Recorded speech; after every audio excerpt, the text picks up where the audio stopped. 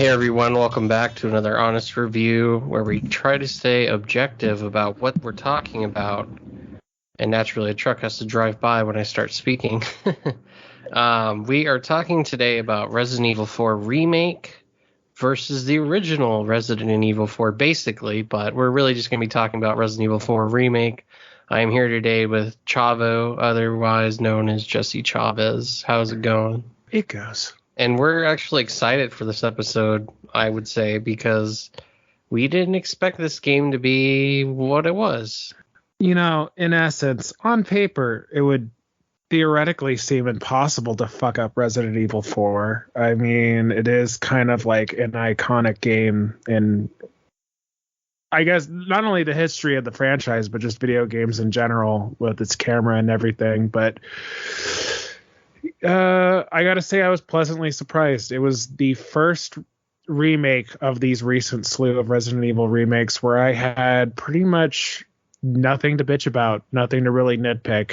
Nothing that was excised was really missed, and even what stuff they did cut, I feel like they actually paved over and made it all coherent, as opposed to something like Resident Evil 2, where it's like, yeah, you can get the bare basic story, but if you want to actually appreciate the full scope of everything, you have to play the original. Yeah, so I think we were both in agreement in that portion of like going through the game, like, and thinking critically about it, is that the fervor we had for like the first two remakes, like you said, was that, you know, obviously everyone knows 3 was missing content, and 2 kind of really just jam-packed and cut that story in half. Yeah, that second run was intensely disappointing. Yeah, and I agree. Like, if you want to play and get the full experience of Resident Evil 2, you have to go play the original. The same goes for 3. And in the scope of it, coming back to Resident Evil 4 Remake, I'm just going to call it RE4R. This game did not let me down, which it's hard to say because RE2 is probably my favorite along with RE1. It falls in the order of the way they came out. 1, 2, 3, 4 for me. I know you're different, Chavo, but for me, it's hard to know that this is the one that got the full grandstand scale.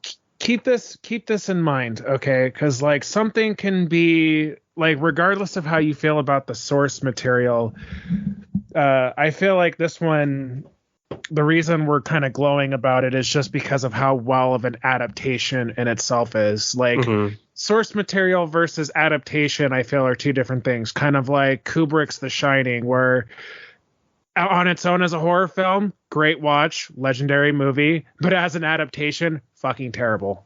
Absolutely, right. Just guts and like misses the point of the original novel. So it's kind of that weird in-between feeling where it's like, wow, they nailed it. Wish they would have done it for, you know, one of the games that I actually liked a bit more. But you know what? Still, overall, fantastic experience. Right. And this is one of those things where I think this game and the first remake of the original one taking place in the mansion, etc., these two are the ones that really just, they added to what was there and they took away, I mean, maybe the first game not so much, but this one took away the things that really didn't matter. There was a lot of filler in the original.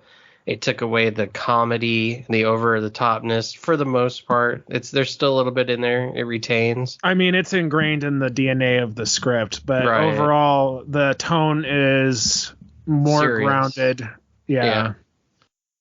And the characters feel a little more realistic.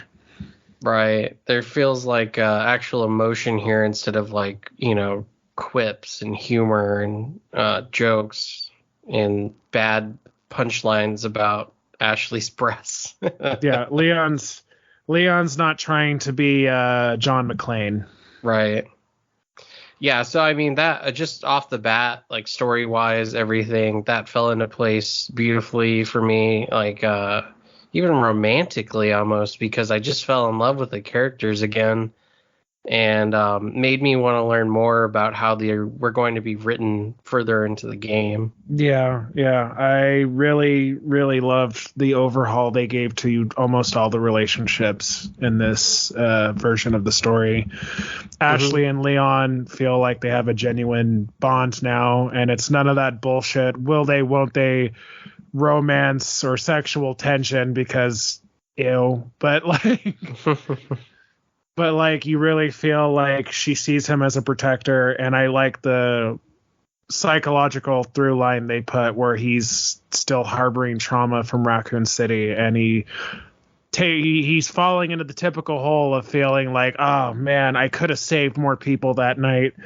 And this is like, it's almost kind of like Ripley and Aliens in a way, where it's like, okay, I failed the first time, this is my chance to make things right, you know? Aside from the story, which you're right, that's exactly what it is. The gameplay itself is something that they upped a lot as well, and they put a lot of thought into. Specifically with the knife, it becomes a huge part of the game, whether you're flashbanging enemies and stabbing them in the neck while they're stunned, or sneaking up on them and getting the drop on them and then stabbing them that way. There's a slew of different ways to use the knife now, as opposed to just outright slashing enemies when they're down to save money on professional mode.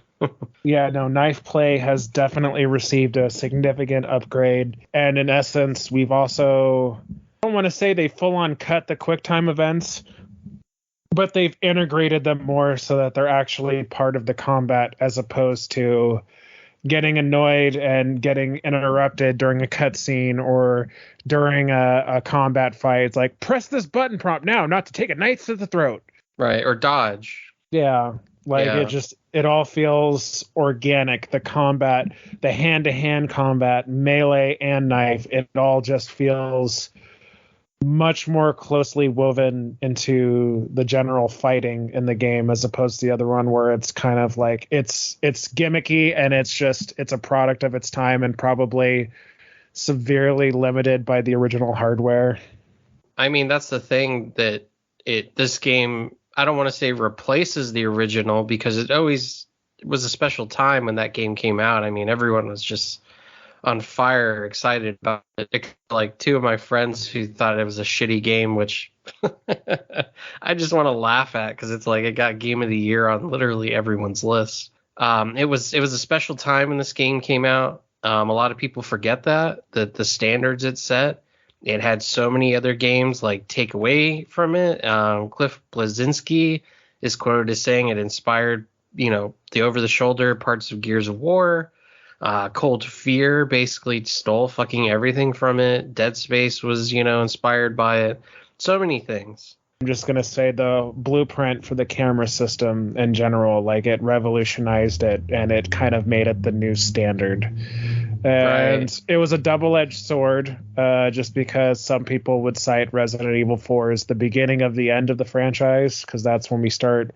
I mean, we were already getting action-packed by Resident Evil 3, but like in terms of the over-the-top tone and everything, it was really, it was like, yeah, it was fun. And then by Resident Evil 5, when we're going through like Black Hawk Down iconography, it was starting to wear thin, and then there was the colossal shit show that was Resident Evil 6. And thank God that helped to propel them back into horror with RE7. And then 8 was like the combination, sadly. But for what it's worth, RE4 Remake, though, it just brought me back into RE again. I'm sitting here trying to go for the platinum.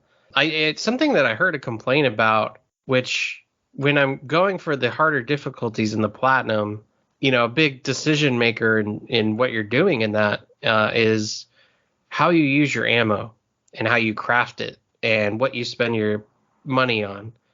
And people are bitching that you still have to craft ammo, which I don't get.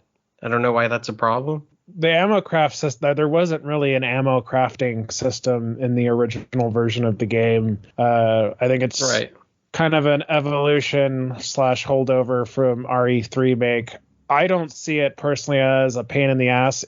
It's more versatility your play style. Like if you favor the TMP or if you favor handgun play, if you favor shotguns and rifles, you can customize it as opposed to hoping that the game director notices your weapon preferences and just gifts you the ammo that you want.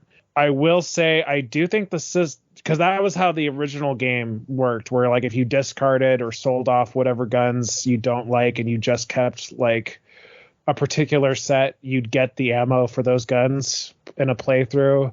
Albeit the more powerful the gun, the more scarce the ammo is still going to be. So you can't just get a hand cannon and then kill, like, just be grabbing hand cannon ammo left and right from enemies. It doesn't quite work that way. But I feel like they scaled that aspect back in this remake. It's more like you get your basic handgun bullets, but anything else you're kind of on your own. You have to scrounge and put together whatever you find. Well, yeah, and that's what I like about it, is it kind of leaves it into the player's hands, and it gives you more control over what you're doing as opposed to the game deciding for you. So I guess that's really the tipping point for people, is like, do you like when you have more control, or do you just want the game to tell you what it wants to give you, you know? So I guess the complaints can be valid in that aspect, but for me, I just like the fact that it gives me more control over Leon in crafting, using my knife, deciding what, like, how I want to spend my money and on what.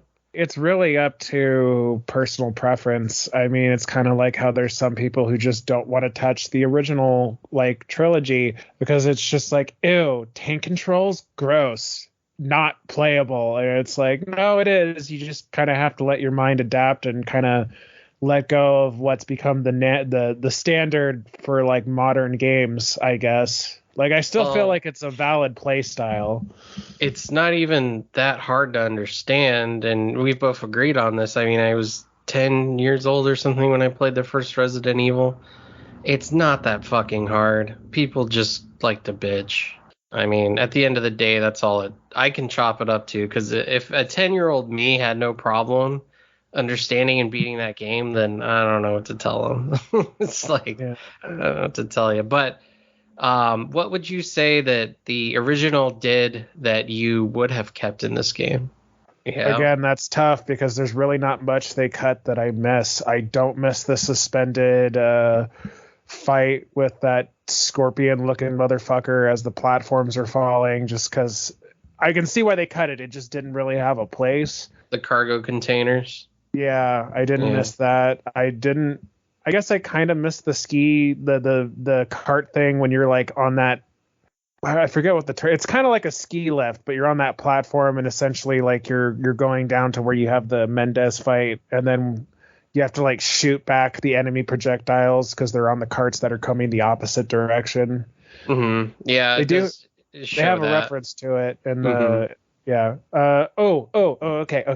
I know what part I thoroughly miss. The bulldozing section from the original. Because they kind of combine it with the part of the game where you have to use like a wrecking ball to clear a doorway. Ashley will climb into a wrecking crane and she'll like pound at a wall, and you basically have to like keep enemies off of the crane and protect yourself as she's trying to clear them out. You can use the wrecking ball to like kill enemies in the process. I guess the reason I really liked that sequence in the original game is because for OG Ashley, that was kind of her like lone badass moment. Yeah. She's essentially just tearing down walls and like, you know, like, yeah, back me up. And you have to basically just keep enemies off of her. I don't miss it because I still think it was over the top and just a little too goofy. But I can understand why you do. Don't think it was quite as necessary in the remake, just because, again, they do give Ashley more of a personality and more usefulness, I'd say, in this version. Or at least she feels like she contributes a little bit more and is a part of the group as opposed to a MacGuffin with legs. Mm-hmm. Yeah. I mean, her whole section with the knights is pretty intense the first couple times through until you figure out your routes, of course. But I mean, I liked it. I like the idea that it was basically puzzles this time as opposed to last time where it's just, how can I kill these guys with lamps and then open the door, you know? Throw a lamp and hope for the best, because like 4 times out of 10 it's gonna miss. Yeah, and it just felt like you were delving more into the castle confines, and in the old one you just had that shitty like blocky puzzle with the pieces you had to like move around, and The it's just slider so block puzzle, aka a puzzle yeah. you could literally get in like a party bag at any 10-year-old's birthday party. Yeah, I mean, it just so much improved upon, and for once Leon's captured in the cage as opposed to Ashley, where she just randomly runs away and says, "Leave me alone," and just like gets captured into the wall like randomly. Yeah, she's Mm. not getting fridged through off and on throughout the plot. Like it's like, okay, Ashley has to defend herself, and she gets a way to kind of do it. And then of course the game turns into a panic rush where you have to use the lantern she has that can freeze enemies for a puzzle, and she has to basically haul ass all the way back to the spot she came from just so she can go out a different door. Right. Yeah, I mean that it's just so much improved upon every character, even the enemies, like the regenerators. I won't say they're improved upon, but they're a little bit more advanced in this one. Oh fuck the regenerators. I'm Yeah, sorry. and I hate those guys. I still feel the same way. Like fuck them hardcore, but it's They're harder because we you lose we they did cut incendiary grenades from this game, which is a mhm. damn shame because I really miss them. And they were kind of a fast way to at least even the playing ground. But like every time you encounter one in this game, they're bullet sponges. And then after you finally manage to pierce through all that blubber and kill all the Plagas parasites, they fucking regenerate one in their head. Yeah, it's this weird like add-on where all of a sudden like they're like Pennywise with the glowing shit inside of their head, and it's kind of open, and they get all spiky and zonked out, but yeah, it They adds an turn into extra spike layer. grenades because like after then you Hmm. finally kill them, and then all of a sudden they start bubbling up, and it's like you better clear your distance before it shoots its pins everywhere. Yeah, and this is why you always unlock the Ashley armor, so you don't have to worry about that shit. Oh man, that was a fond memory in the PS2 version. Just telling her to wait and using her as a human shield while the bullets and arrows and everything were just ping, ping, ping, ping, like bouncing off of her. Just recently unlocked it, and I haven't used it yet, but man, what a great feeling to know that you don't have to deal with her anymore. Worry Uh, about her. And that's another thing they add with this game is technically there are moments where you can make her hide into like a locker or something. But overall, she's at your side the whole entire time, and you can tell her like to scatter basically or to follow your tail. And following your tail is essentially so when you're running through Ganados, like they can't grab her because she's running as fast as long with you. Whereas like the scatter portion of it is kind of more like hang loose. So when I use this rocket launcher, it doesn't blow you up, stuff Yeah, like that. you can't be like, bitch, get in the dumpster. Okay. So it's just like again an added layer of playing style that the game gives you to determine how you want to play the game, and I appreciate it.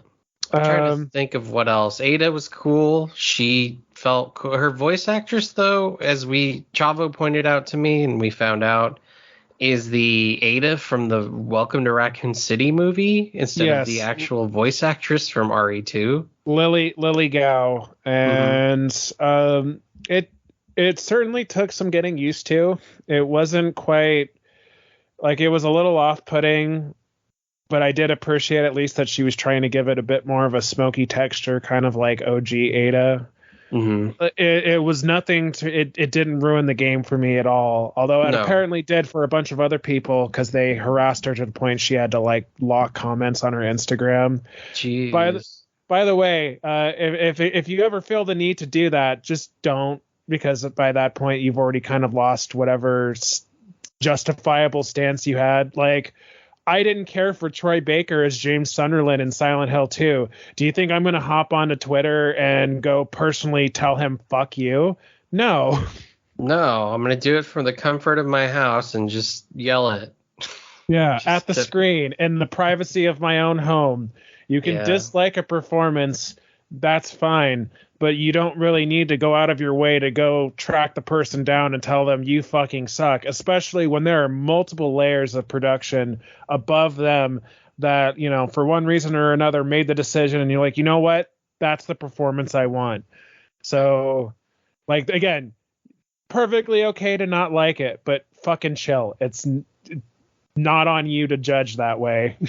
Right. I mean, I do understand like that it's weird. And this has been a criticism, like even with the Mario movie coming out. I'm not going to linger on it too long, but actors doing voice work where there's completely legitimate voice actors, but maybe I didn't look this up. Maybe she has experience, maybe she doesn't. But again, like Chava said, it's dictated by the company and the people who push the money through. It's not the actors or the actresses.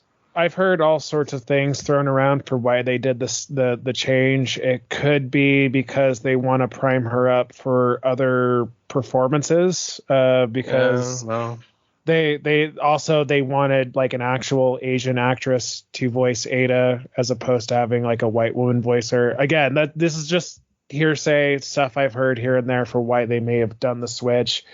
I did feel a little better though. I was like, well, at least it's another person who has actually technically playing Ada. And I did feel bad for her because all she got was that itty bitty cameo in the movie. So at least she kind of gets a chance to dive, you know, a little deeper into the role. Right. And you know, it's an opportunity for, you said, you know, somebody of Asian descent to actually play the Asian character. Yeah. So you can't fight it too hard, man. It's just what it is. I mean, come on, the game is near damn perfect. Leave the poor woman alone. Yeah, like touch grass, go out, socialize with other people. But yeah.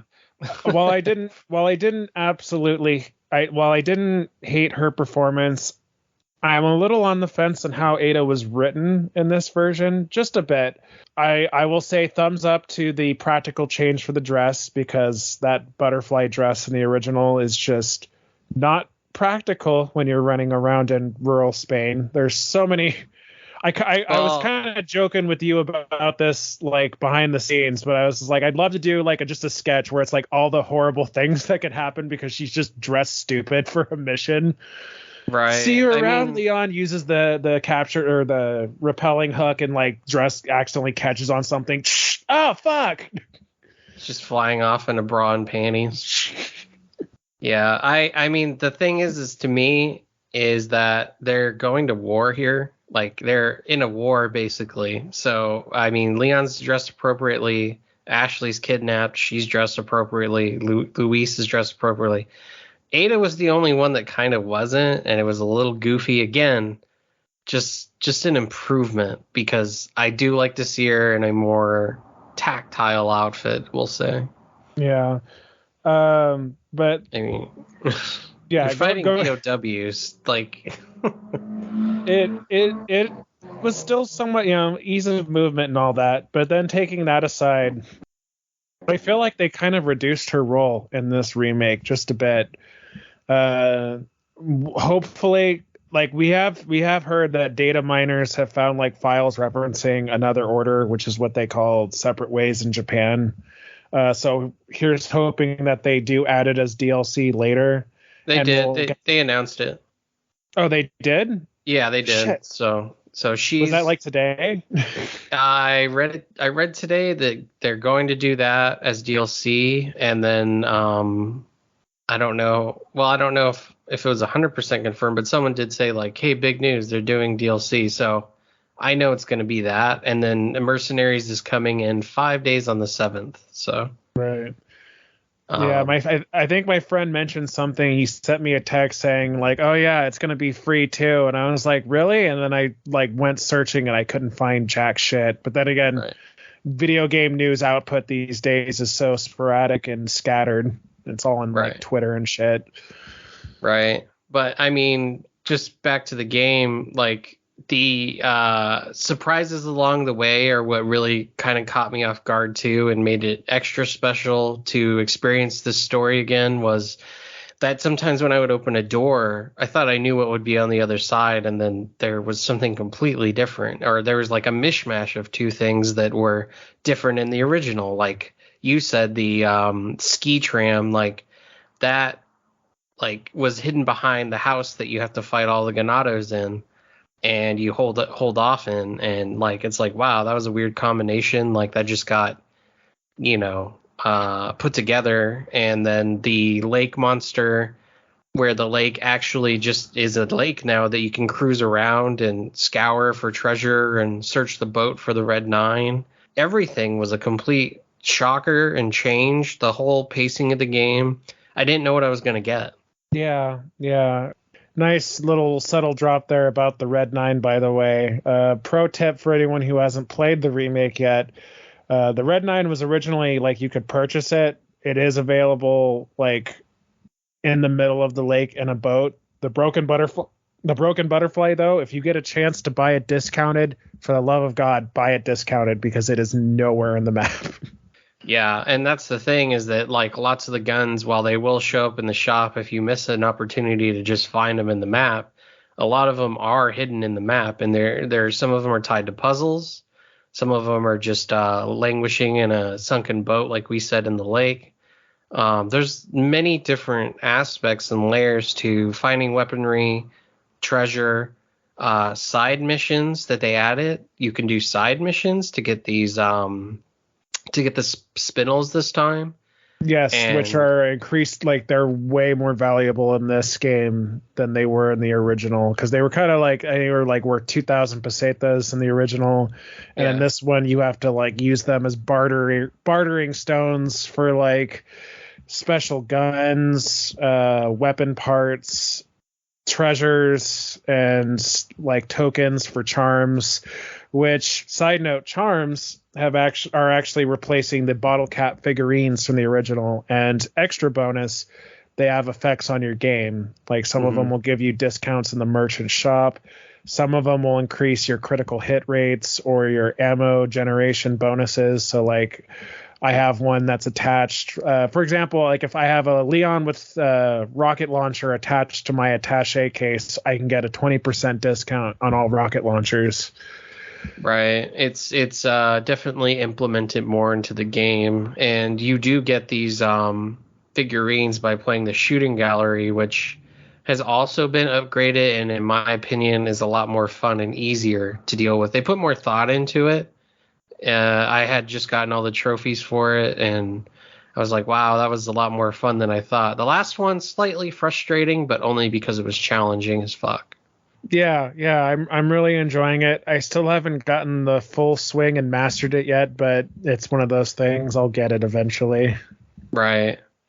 And just the advent of all these extra things has made this game a more complete package, not than it was before, but in the terms, again, if we said of remakes, like it is the complete Resident Evil 4 experience. So I really have no complaints. The only thing that would kind of take me out of the game every once in a while was that there were reused assets from RE8 and RE7, and it was so blatantly obvious. And I kept trying to like not like think of those games. And I know what you're gonna say, Chava. I know everyone's gonna bitch that I'm bitching, but it just took me out a little bit every once in a while. And that's not even really a complaint. You and I joked about this when we were talking about fucking Resident Evil 8. All right. You and I both knew. It's like, yeah, how much you want to fucking bet? They literally did this setting just so they could reuse these assets for RE4 remake. You and I both knew that was coming. Yeah. Well, that, and then when we played RE2 remake and RE3 remake, we're like, oh, this is all taken assets from RE7 and so on and so forth. So these assets have hung around for 3-4 fucking games now. It's honest, but they've done it a lot. Even in the original games, you can still find like 3D assets that they recycled for or like the environment assets that they literally recycled. Hell, RE2, like there's a lot of furniture and stuff that they kind of reskinned and recycled and replaced like around maps in the game, because they're like, well, we don't want to scrap everything. We're just going to reuse this stuff. Well, I'd argue that's a case of development back then, but like to me, it shouldn't feel that way today. But it's so blatant. Like the ship is the exact same ship from RE8 into RE4 in the lake. Like, there's no difference whatsoever. They didn't change the color, anything. Like, it's the exact same fucking ship. You know, So I could live with most of it, honestly. The only one little thing that bothered me was the fact that they still had to reuse the pushing a bookcase out of the way that fell over in a hallway animation from 2. yeah, that too. I was like, is that really fucking necessary, guys? Like, what's the like? I got it why it was used and utilized in RE2 because it builds tension, but it's like we're in RE4 by now. Like, this is an action-packed thrill ride. We don't need to have Leon push a bookcase or pillar or whatever the fuck that thing was out of the way. Just have him walk down a goddamn hallway. Yeah, and again, I'm not bitching really, and I'm not complaining even really. I'm just pointing it out. This is a fact that for 4 games now they've used the same assets, and it's just, if this is what gets RE out every year or two, okay, fine, I'll deal with it. I'd rather have a new RE game every year and a half to 2 years as opposed to 4 years. So as long as they're not getting sloppy like they did with that one whiteboard in RE2 remake, they blurred it in the final product, but in the demo, like if you look on one of the whiteboards, it's referencing swamp stuff from RE7, and it's like dead bodies, and it's like, really guys, you couldn't even be bothered to clean the fucking texture and maybe just write something else. right. Yeah, so I mean, like, again, these are mild complaints, and they're not even complaints. It's just pointing it out that it took me a little out of the game because I would stop and recognize it and be like, this is just RE8 shit. That's the old man with the shotgun from Village. It was old man Salazar all along. Yeah. But, you know, it's kind of a last time on Resident Evil, but it's fine. I'm happy with this game overall. I'm gonna give it like I guess a 10 out of 10, 9 out of 10, 10 out of 10. I give it a 9.5 out of 10. Yeah, it's like it's just damn near perfect. So on its own, it's a solid game. It's a great experience. Lore wise, it doesn't try to fuck with the continuity too much. No. Outside of a questionable reference to a spin-off title, which I'm not sure exactly what they're trying to imply, but hopefully maybe they answer some more questions in future DLC. Which reference again? Operation Javier from the Dark Side Chronicles. Because there's really weird wording. It's almost like they're kind of changing the complete, like, how that operation went down, which I guess they're at liberty to do if they want, considering I don't personally count the remake universe as part of the main canon. It's kind of its own thing. Right. And it is. I mean, it's basically the same stories remixed, and they should be treated differently. But except for the first game, I'd argue that's still the same thing. Well, yeah, because they didn't cut anything from that one. Right. It was mostly just... Yeah, they took stuff that was cut from the original because of technical limitations and made it into the story it was always supposed to be. Right. So it's, again, not even adding anything. It's just the same thing. But yeah. But anyway, I hope everyone found this game just awesome. I mean, I loved it. I'm still going through it right now. I just did a professional run, S rank. I'm going to do my S plus here in a little bit. I think that's it, Chavo. Do you have anything else to add? It's like kind of a complete package. I'm really happy that this is the note that they kind of end for the previous generation of Resident Evil on. Because you and I both know the next game with Resident Evil in the title is probably going to be exclusive to PS5 and Xbox Series X or whatever the fuck the new one of that's called. I really hope that if they're going to keep riding this remake train, that they actually do Code Veronica, because I think that one in this world has a chance to be really fucking terrifying. And it's honestly, to this day, I still consider it one of the most fucked up games in the series. So I'm really hoping we can keep this train going, and hopefully, the main number titles whenever we get to RE9. Jesus Christ. When we get to RE9, they keep consistent quality on that too. Like I don't want to lose whatever steam they got going right now because they got a good thing. Right, and if there is an RE9 with legacy characters, for God's sake, Capcom, please give me some Jill Valentine. For the love of God, put Chris and Leon in the cemetery for a while. You can dig them up later, but just give me some fucking Jill Valentine. I want Resident Evil Girls Night Out. All right, no boys invited. I just want Claire, Jill, Ada, Rebecca, all like. All right, I guess it's up to us. No bullshit. No bullshit. Endgame last minute. See, we're doing things now, getting together and like striking a pose. Like I want a full game. It's like, all right, I guess this is the lineup. We're gonna make this work. Yeah, or if they do a Rebecca game, just make it like Caliban Cove, like the S.D. Perry novel. I mean, that could be awesome. But then again, I guess Leon and everyone was in that one, so never mind. Was he? I don't remember him in that. I remember some characters got like locked out of the actual like labs, and they were up above like doing a fight. I don't remember. I think Leon there was that whole other Stars team, the Exeter branch that Rebecca's chilling with. Mm-hmm. So yeah, because I think the rest of them, I don't know. We should do a video separately about like SD Perry's universe at some point.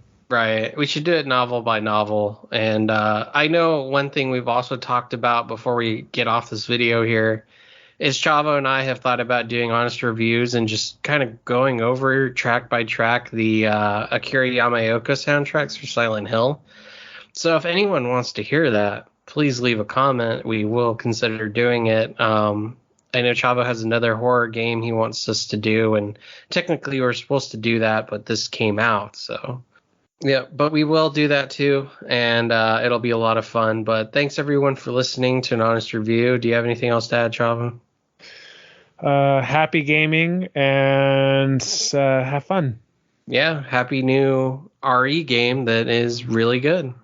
And thanks everyone for listening. Don't forget to like, share, subscribe. There's also other honest reviews on the channel. I have one where me and my friend Webb talk about the Sega Genesis sound card. That was a great episode. We talk about what was that movie we talked about last Brain time? Scan? Brain Scan, which was a great episode, one of my favorite episodes, and a great movie. So that's on the channel. Everyone can expect more complete episodes here in the future. Obviously, they take a while to create, but blah, blah, blah. I'm not going to keep you on here. Don't forget to like, share, subscribe.